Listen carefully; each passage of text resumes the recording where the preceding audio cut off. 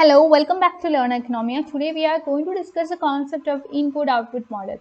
Let's get started. The concept of input-output model is being put forward by Vasily Leontief, and he has put forward this in 1951. It was put forward by Vasily Leontief. Okay. And coming to the model, this model explains the inter-industry relationship. I'll explain to you what is inter-industry relationship.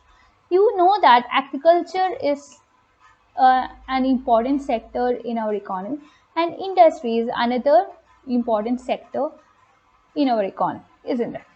Here you could see that agriculture would be supplying some raw materials to certain industries. So the industry would get raw materials from agriculture, isn't it? And the industries use these raw materials to produce the finished product. Again, you could see that certain industries would be giving raw materials to agriculture sector as well, which the agriculture sector would use so as to produce a finished product. For example, the agriculture sector will be giving wheat to wheat industry, isn't it? So wheat industry will be using the wheat so as to make wheat flour, and they will be packing the wheat flour and sell it to the final customers. And certain industries which will be producing fertilizers, insecticides, pesticides, etc. would be supplying the very same to the agriculture sector. The agriculture sector would be using the very same to increase the production in the agriculture sector, isn't it? So you could see that there are two industries which would be combined together, and there exists some kind of interrelationship among these two sectors. Okay, the industrial sector, the manufacturing sector, and the agriculture sector. Now, coming to this model given by Vasily Leontief, it shows interdependence of various industries, as we could see here. And for the very same reason, it explains the complexity of such interdependence. Also, the model will explain the different conditions so that we could maintain equilibrium situation. In order to have equilibrium situation, you have to first of all satisfy certain conditions, and these conditions would be given by the model. Let's consider more about it. Moving to the features of input-output model, we could see that it concentrates on a particular economy that is already in equilibrium. So it is a situation when demand equals supply, and it doesn't concern itself with demand analysis alone. What it is giving importance to is the technical problems, especially when it comes to production. Whatever it may be, whether it is agriculture production or industrial production or service sector production, whatever it is, it deals with the technical problems of the same.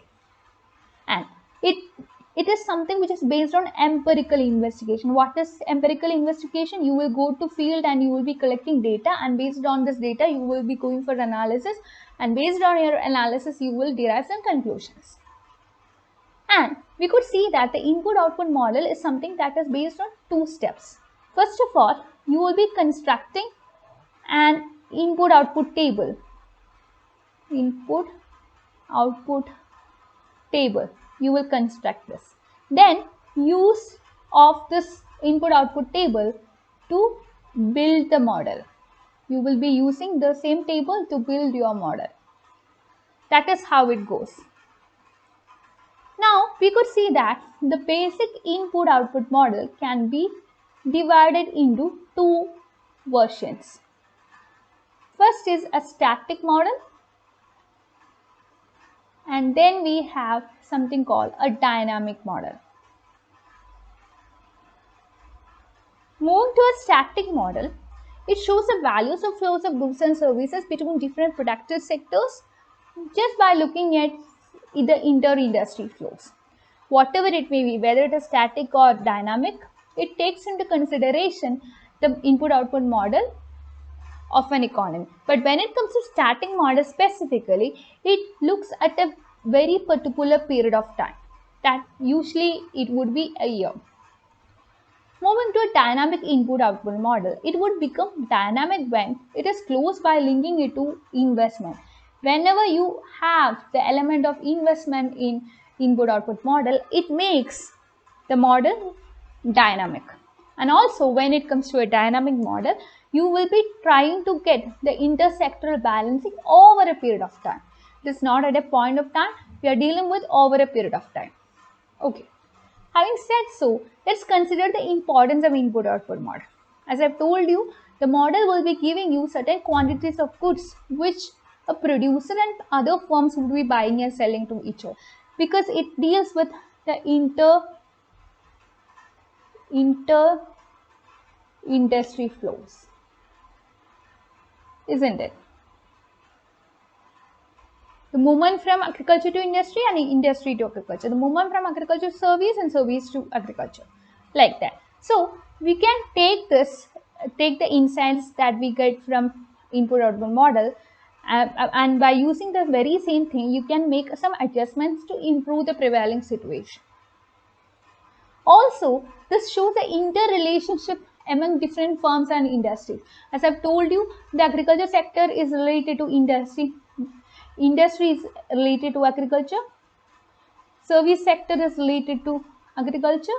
Again, agriculture is related to service sector, like that. And whenever we deal with such a complicated model, it will show us certain kind of consequences or repercussions of some factors that can determine or that can influence the model. So this could be something called a war situation. This can be something related to a business cycle. This can be a prolonged strike that happens in your factory, etc. Now, apart from these, the input-output model will help you to compute the national income. It helps in national income accounting because it gives a very detailed breakdown of the macroeconomic aggregates. Okay.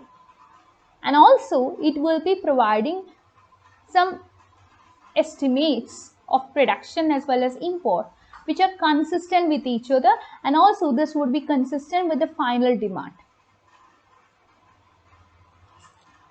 It will be aiding allocation of investment. That is also important, especially when it comes to dynamic input-output model.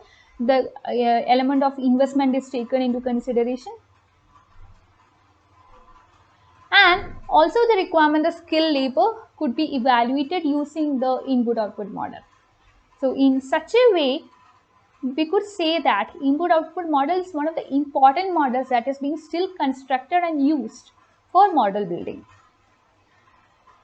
Also, we could use this for analysis of import requirements, and also this will be helping us to have some substitution possibilities, because the input-output model will be giving us a lot of knowledge regarding our consumption of domestic use of different materials, and also it deals with the import of materials, export of materials, etc.